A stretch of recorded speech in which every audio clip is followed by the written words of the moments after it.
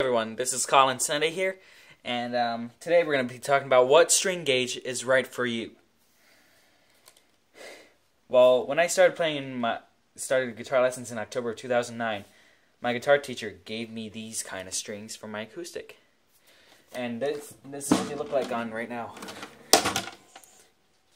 These are D'Addario EJ15 Extra Light 10 through 47. And what could I recommend for guitar players who are learning how to play guitar and want lighter strings? I say the lightest string would be a 10 through 47 set of it doesn't matter which string company they're offering you. Like if Ernie Ball made the extra slinky acoustic strings, they make them, but I forgot the string gauge number, so you can just check that out, and you can just go ahead and knock yourself out with these. And plus, these strings sound really great. And for electric strings, I've been using, the first string I started using was D'Addario EXL 110s 10 to 46. Well, this is not what I recommend. These are pretty I don't have the heavy enough fingers to play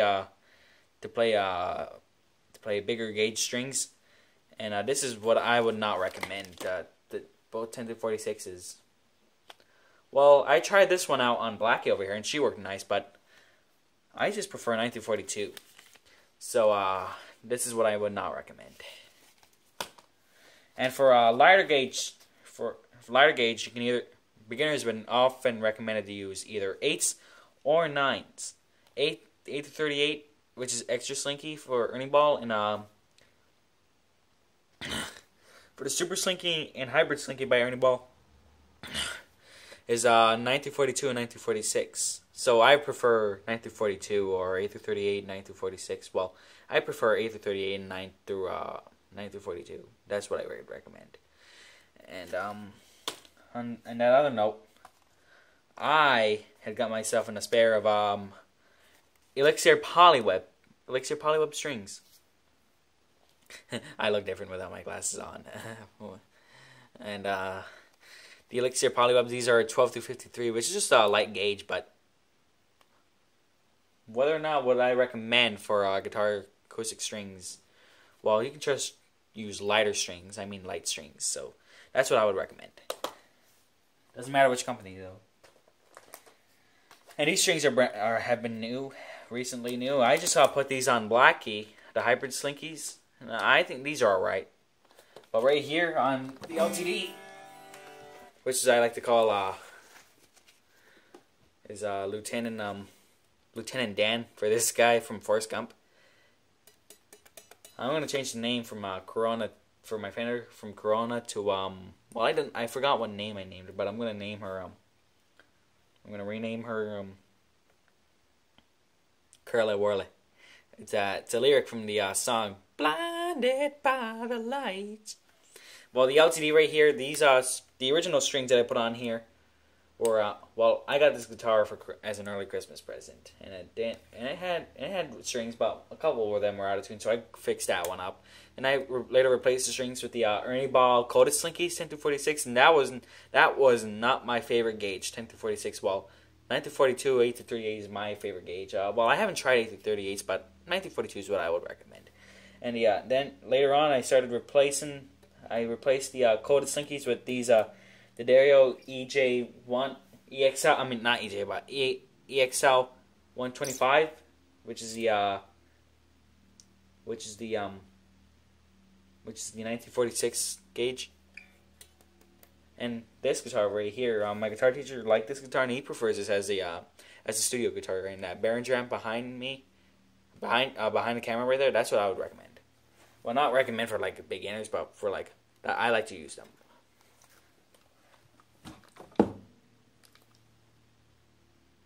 Man, hear that sound? There's a boat out there, a Donzi boat. Well, let's skip that subject. And for Blackie, I've been putting on Elixir NanoWeb 9 through 46. Well, I want to get 9 through 42s of these. So these, I already put up one string on her. Well, I'm going to replace the hybrid slinkies. If they both pop, if one pops and I feel like the entire set needs to be changed, but But the high E is from one of these guys, so I'm gonna put the other strings up on black in case all the other strings pop except the E, because these are great tone, long lasting life. And this is what I have on the Fender. And this is my favorite one. The Fender 1942. And now this is what I would recommend and suggest. And if you want to get to a metal player and you don't have great bends, if you want to have great bending strings, try the Ernie Ball Slinky Cobalts. And now these what I would highly recommend maybe. Doesn't matter which company, well, highly recommend 1942. And these are Dunlop. These are my while I bought these strings. These are barely new from, well, they're new to me, but I just want to have these. I just want to put this on the LTD once all those dead pop. And this is what I would put on. And well, anyways, 1942 is often recommended for beginners, and that's what I would recommend. Like if you want to learn guitar, the strings you should get is 1942. Doesn't matter which company it is. Just get a regular 1942 string gauge set and get rocking. Anyways, let's talk about picks. Whenever I get guitar picks, there's like 12 in each pack of these. Like it doesn't matter if it's either a sack or a little pack right here. I often give the other half to my guitar teacher, Carl Patterson, and he's a professional, and he's been teaching me since 2009. And these are Fender thin picks, classic celluloid. Doesn't matter which guitar pick company, either Ernie Ball, Dunlop, or Fender. Well, CNF, Martin, and Gibson. Well, if you're playing too much and your thin picks or medium picks starts like going out and like breaking, just try to get heavies, either medium or heavies. Doesn't matter if it's either Fender, Ernie Ball, or Dunlop. I've been using Fender. I've been using Fender a lot. And I want to get Dunlop and CNF Martin. And plus, if you have like an empty string packet, put them in here. And the CNF, this is a heavy, and this is what I always like to use. But I play like a monster, and these things like crack right here because there's a crack in here. I'm not sure if you can look at it, but right there. Yep, right there. Well, if you don't play if you don't play like violently, they won't pop, they won't break because these are heavies. This is what a Fender thin looks like, and one of them has a crack in here, like right along the side right here. And I don't really like to get thin picks. This is a Dunlop.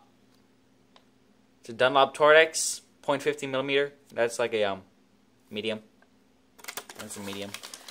And when I went to Hard Rock in February, I got 6 different colors. Like this is one of them. This one's a black one. I got a white one, a brown one, and a white, and a brown, white, black, green, red, and blue of these picks. And I bought another pack of these. Well, there's like 6 in every pack, so I got the other pack from my guitar teacher, and he liked them. And these are, and I have another pick like these. These ones I'm talking about are called the Fender Medium. And this is what they look like.